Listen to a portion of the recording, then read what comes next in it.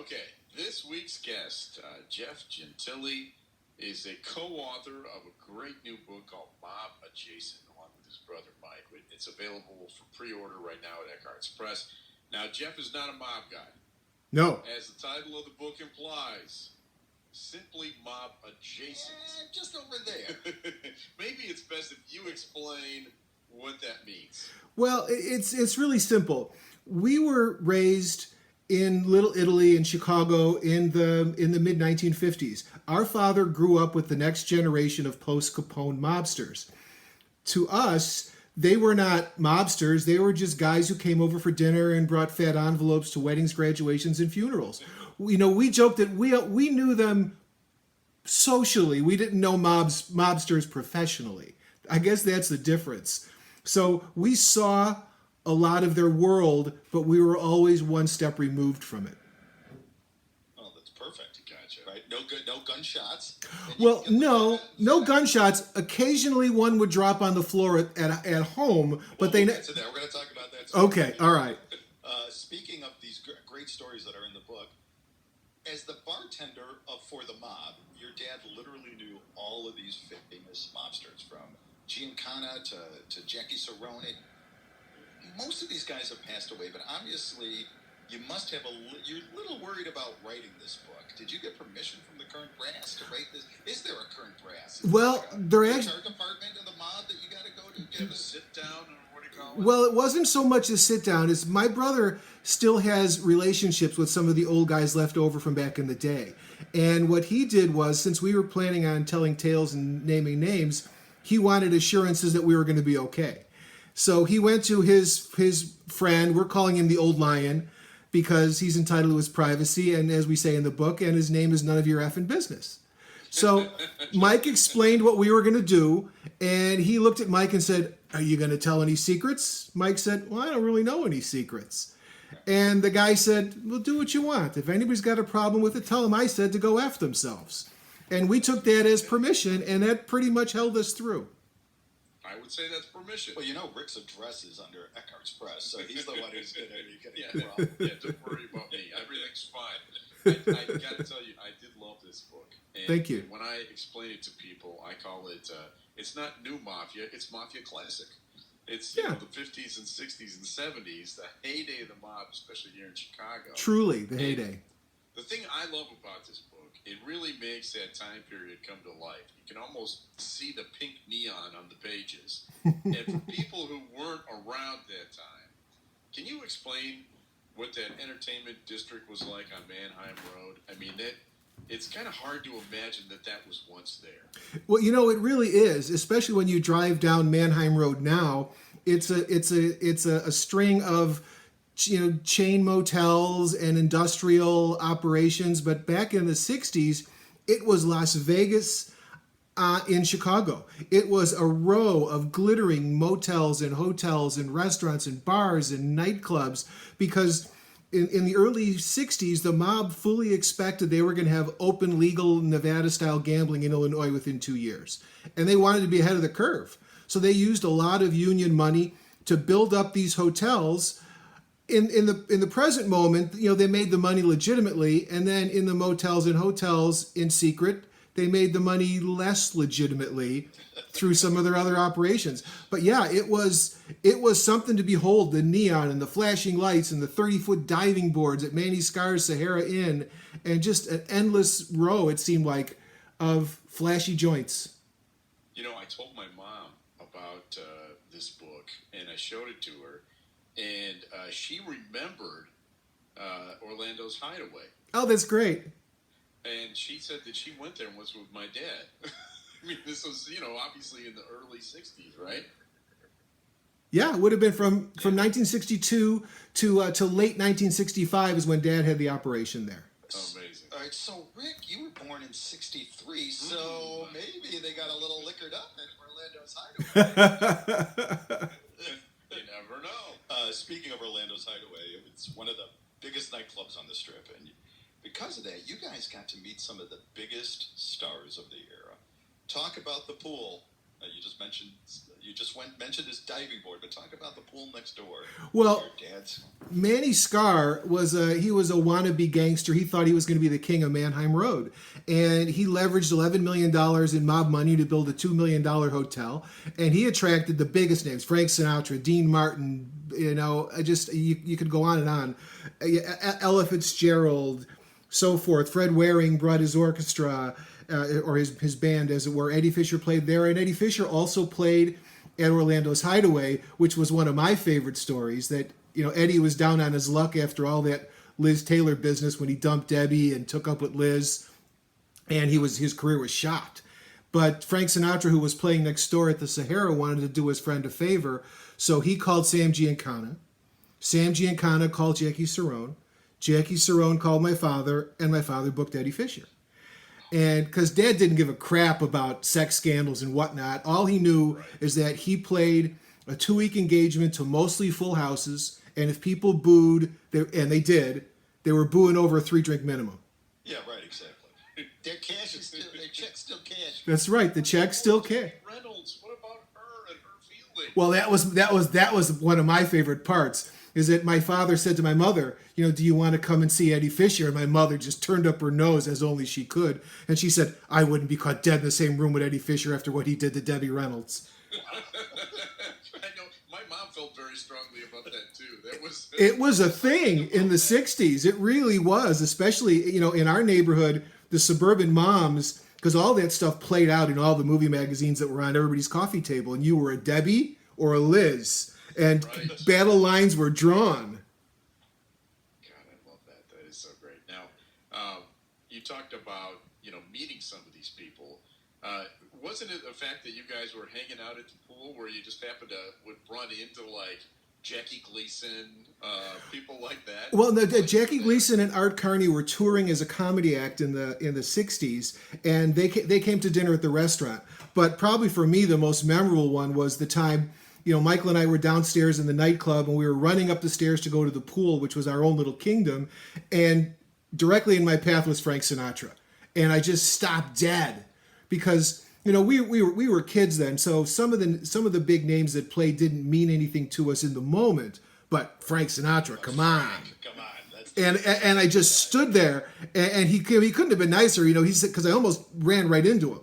And he said, easy there, kid, take it easy, something like that, really friendly.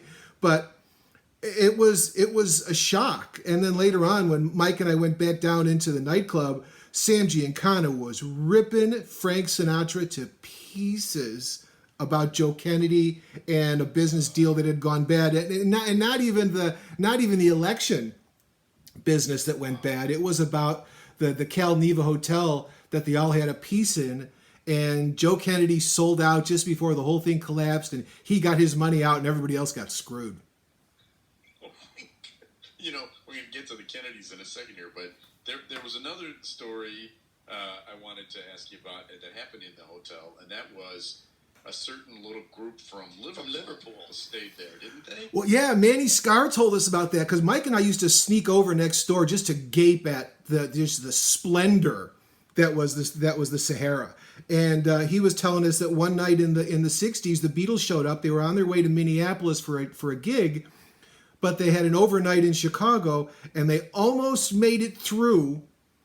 And then one of them spoke, and the people heard the British accents, and pandemonium broke out. Oh, really? And fortunately, mob joints always had plenty of security, so they were able to hustle them into the elevator ahead of the swarming mob that wanted to get at them, because, then, in the mid-'60s, the Beatles were the thing.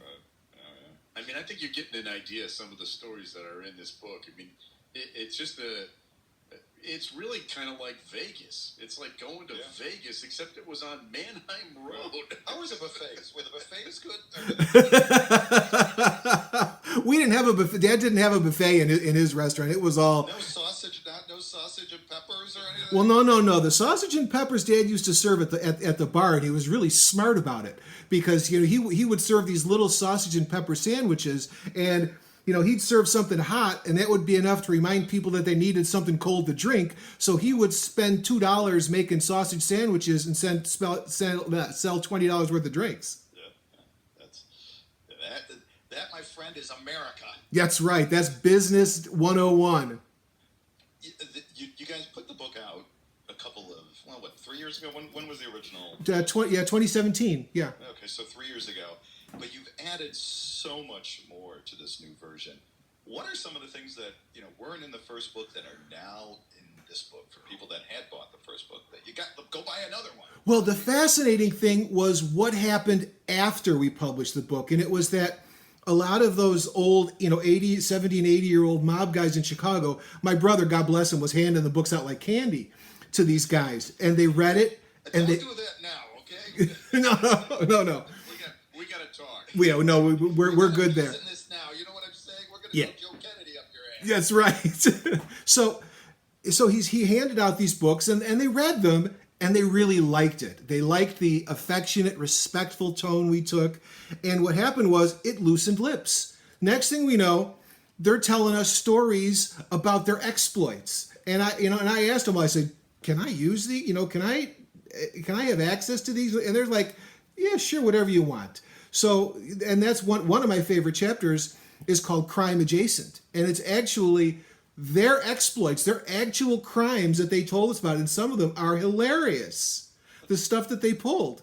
And, and it's a lot of the names you'll recognize, everybody from Sam Giancana to Jimmy Miro and, all points in between.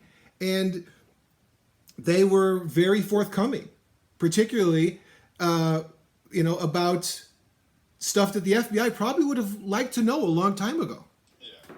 And didn't they also give you a bunch of pictures? I mean, aren't there... They did, because more photos in this version. There's twice as many photos, and some of them are astounding, and many of them never before seen before. Because what happened was first Mike would talk to the mobsters, and then it became like this game of telephone, except with hoodlums.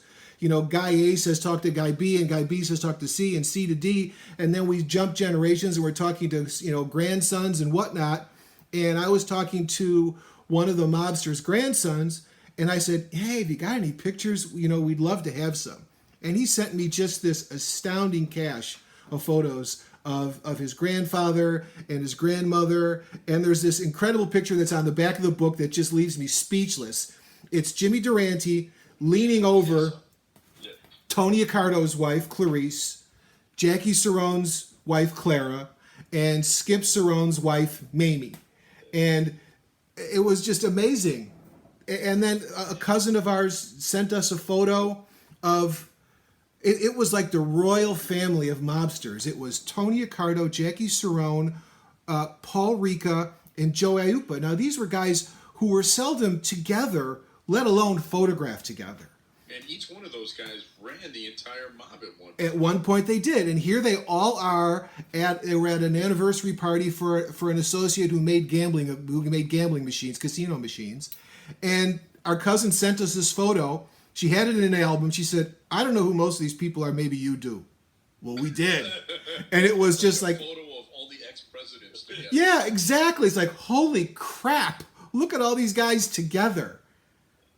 That's amazing. This is just like my childhood. Well, it's funny you should say that because throughout the development of the book, as you guys know, a lot of things change during the editing process. One thing never changed, and it was that first line of the prologue. Normal is what happens every day. We didn't think there was anything unusual about our childhood until we got out of the immediate family unit and started meeting people outside. And we would tell these stories and they would look at us gape mouth. One of my favorites was a friend of mine. I would tell her a story like about the time my dad got a thief to fly me to college in his private plane. And she would say, "You're making this shit up." Like, no, and it didn't seem like anything in the moment because that's what you do, right? Yeah, that's what Uncle Tony did, right? Call. So you mentioned this briefly earlier, but part of your childhood was having some of these guys come over, and they were like, they're your uncles. Yeah, right? I mean, yeah. You call your dad's friends Uncle Joe, Uncle Tony, or whatever. Yeah, absolutely. But there's a story in the book which is just one of the greatest stories ever. You guys were like in charge of the coat room. Yeah. Can you tell that story? Well, yeah, one of the favorite parts whenever Dad's friends came over, in addition to all the smoking and drinking and the language that we weren't allowed to use, was the coat duty, because they would tip us like hat check girls. So you wanted the gig. So They had plenty of cash. yeah, and they had plenty of cash. So and my brother. Earn all that on your tax. Yeah, and on this particular time, my brother was doing coat duty, and he had his arms were out, just buried under a mountain of outerwear, and he's walking to my parents' bedroom, and a pistol falls out and skates across the linoleum floor. Now, my brother wasn't particularly alarmed that it was raining weaponry, as we say in the book. His concern was, oh shit, whose pocket does that go in? Whose gun, which coat, which pocket? Because these were the dilemmas that plagued us as children. And the owner just called out to Michael, pick it up by the barrel and put it back in my pocket. And that's... Well, you just check the coat that doesn't have a gun in it. Well, that would have worked too, but we were young. Yeah.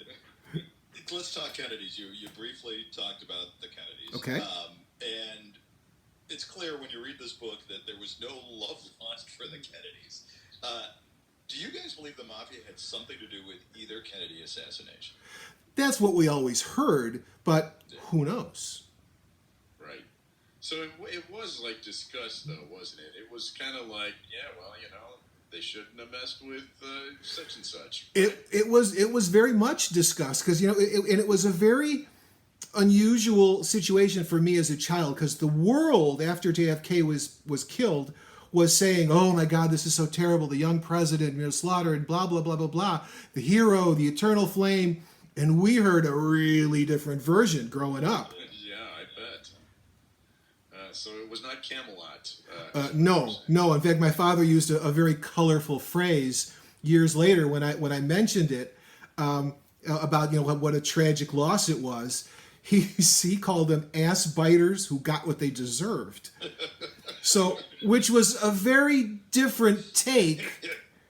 I think in these politically correct times, we really should say it's ass biter Americans. Yes. I mean, you don't just go right with that. Yeah. Anyway, anybody who reads this book will instantly recognize the potential here, right? This is a mini-series, it's a documentary, a feature film, it's something. I like the way you guys described it. It's a Wonder Years meets The Sopranos, which is a pretty good way of describing it. Now, I'm assuming that you've consumed just about every mafia portrayal over the years on film. Let's talk about who's the best. Are you a Scorsese man or a Coppola man? Well, personally, I'm a Scorsese man. I think my brother, if he'd been able to make it today, he might say he's a Coppola man. Jail, right? No, he's not. Yeah, right. That's why he couldn't make it. No, kidding. We're kidding. Kidding. For me, it's Scorsese, and my personal favorite Scorsese film is Casino. It's just because it captures that era, and maybe it's because it rings so familiar to the world that I grew up in. Nightclubs and flashing lights and women in low-cut dresses. Sometimes when they're not even women, actually, but that's a whole other story. And actually, Casino really was about the Chicago Yeah. It was a fictionalized take, because I think Martin Scorsese would have faced too big of a challenge trying to knit it all together, the true story, into a narrative. So he just took plenty of artistic license and went with it. And it's my personal favorite.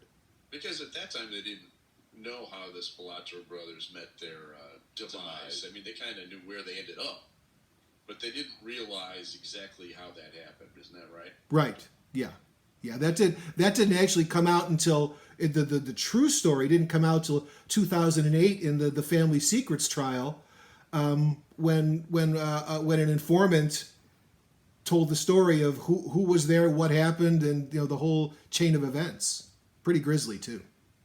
Yeah. You a Sopranos guy? Did you? I was. I was. I enjoyed it very much back in the day. In fact, I rewatched it not too long ago. But that world was not our world, because to us they were mobsters at work, we saw a very different version of them. Like we say in the book, Sam Giancana was charming to us. Yeah. Jackie Cerrone was charming to us. We were children, but Right. you know, and that was part of the interesting dichotomy, was learning later how vicious and brutal these men could be with others, and we knew a very different version of them.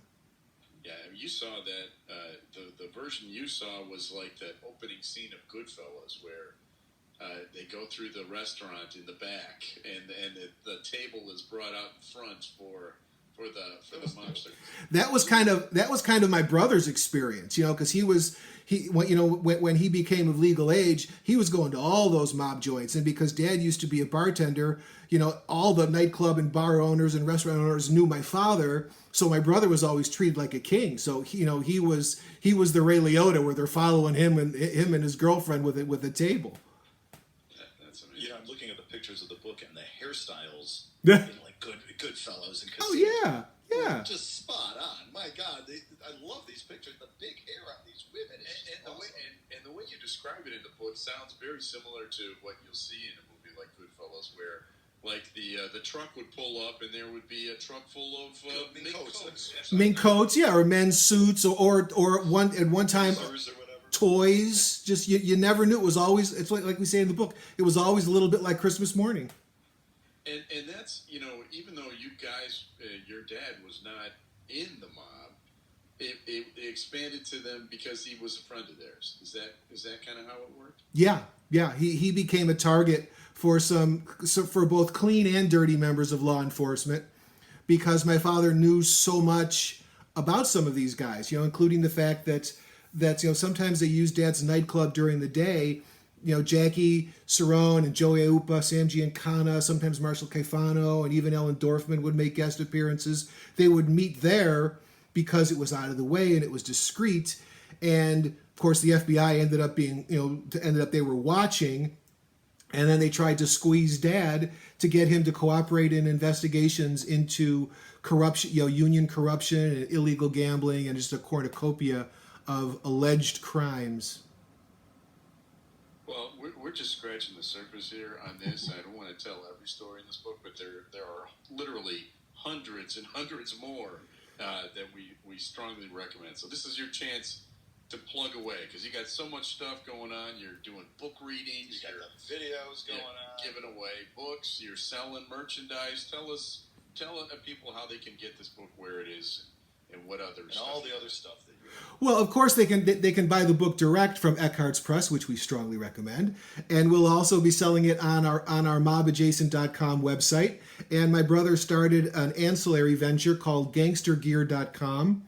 We'll also be selling the book there. Gangster Gear sells all sorts of themed gangster wear. You know, there's collections for different gangsters, both real and movie. So you can get, you know, T-shirts, mugs, stickers, sweatshirts, you know, all that kind of merchandise. And we're also trying to, you know, shop it around as either, as you said, a documentary, a television series, or a feature film. Because one of the other interesting things that happened, my brother, in his relentless self-promotion after we self-published the book that no one wanted to touch. He really is a machine. He is.